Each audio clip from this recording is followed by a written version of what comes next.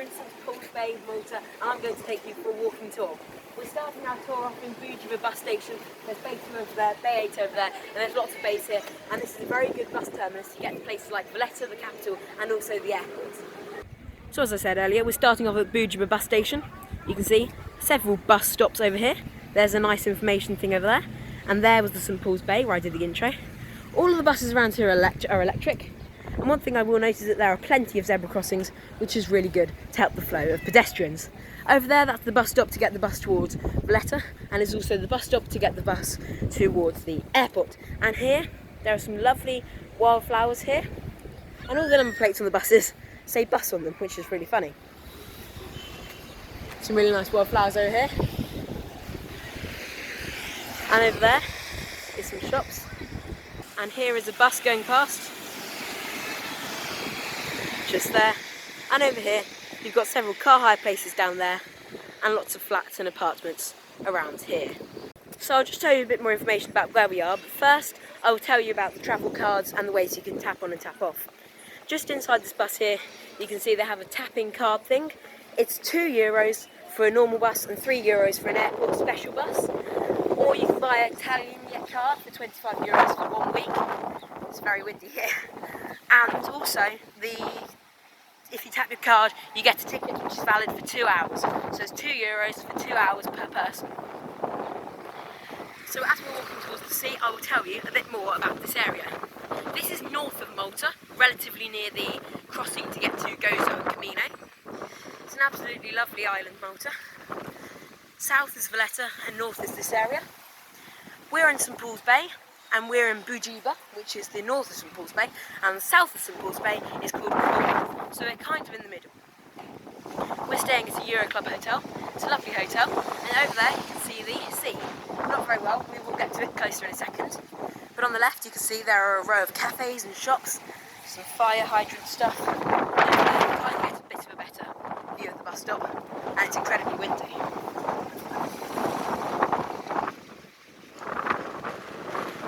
Supermarket called Welby's, which is an absolutely wonderful supermarket. So if you are staying near here, if you forget anything, you can buy it in Welby's. More cafes, a kebab shop, and lots of seaside shops where you can buy souvenirs, fridge magnets, flip-flops, stuff like that. And here is a hotel near some Indian restaurants, and this is some very interesting architecture.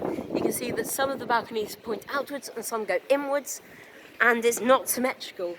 And it's not regular, which is a bit annoying, but very tall and very cool as we're walking down towards the sea. And I imagine the balconies facing the other way have a very lovely view over the sea. You can see here they have all-inclusive dining as well. So here you can get bolts around the place, and over there you can see Starbucks, which overlooks the sea. It's an absolutely lovely view of the sea, and with it being a seaside place, it's obviously very windy. I managed to just pick a time when there's no wind at all, which is very good. So over there you can see some more of the island. That's going more north. And on the left hand side you can see more classical seaside restaurants and stuff like that. There's also some outdoor seating, but I imagine they aren't very attractive or very busy when it's raining. This is our 4th day of our holiday. Well, we had Sunday, Monday, Tuesday, and this is Wednesday. And it's been an absolutely lovely holiday. We've been to Camino, and it's really nice.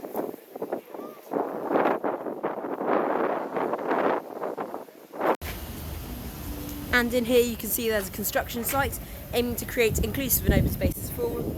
And you can see the really choppy sea over there, and you wouldn't want to be swimming in there. They're building, well, you can see some concept art over here. Seems to be a nice seating area with some wildflowers and some interesting architecture. There's also a McDonald's and McCafe over there. So we're now on the other side of Bugibba Square, and over there you can see there's Miracles Lounge. And on Saturday and Sunday they have huge nightclubs going on. You can hear it back from our hotel all the way there. Yeah, there's really cool dancing, lights, drinking, alcohol. It's really noisy, but it does look really good fun actually. Over there you can see there's a chocolate factory. And there's lots of oriental cuisine around here, and there's something for everyone. You know, if you like hotels which are interesting and enjoyable, then you can go to one of these ones with a really high view.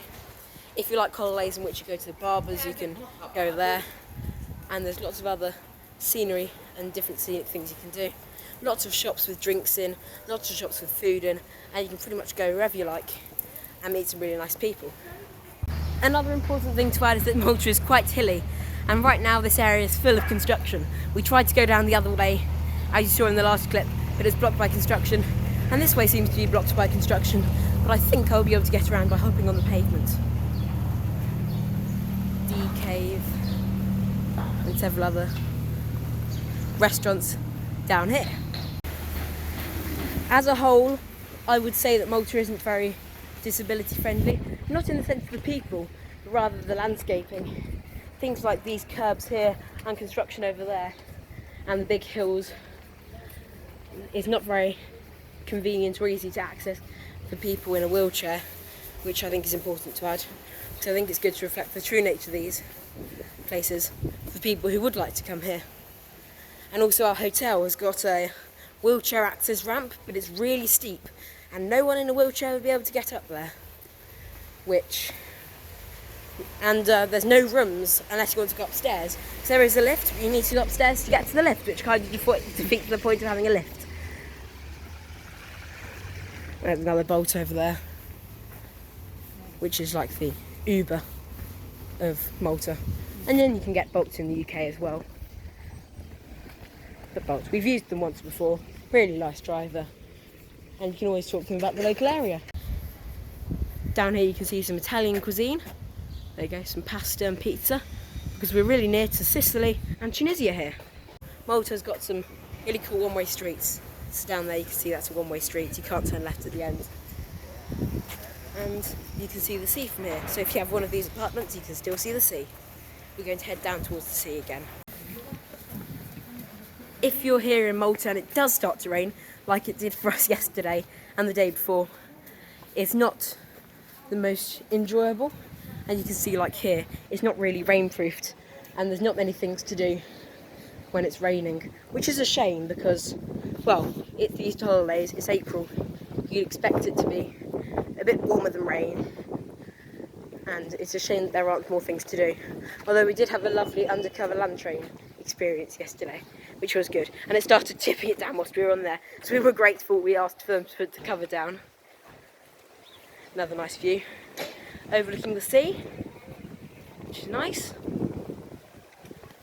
And to sum up, Malta is a fantastic place, especially when it's sunny, but it can get a bit boring and a bit repetitive if you can't get to the islands. Thank you very much for watching. I hope you did have an enjoyable walking tour with me. If you do have any questions, drop them down in the comments below and I'll try my best to answer them. Thank you for watching and goodbye.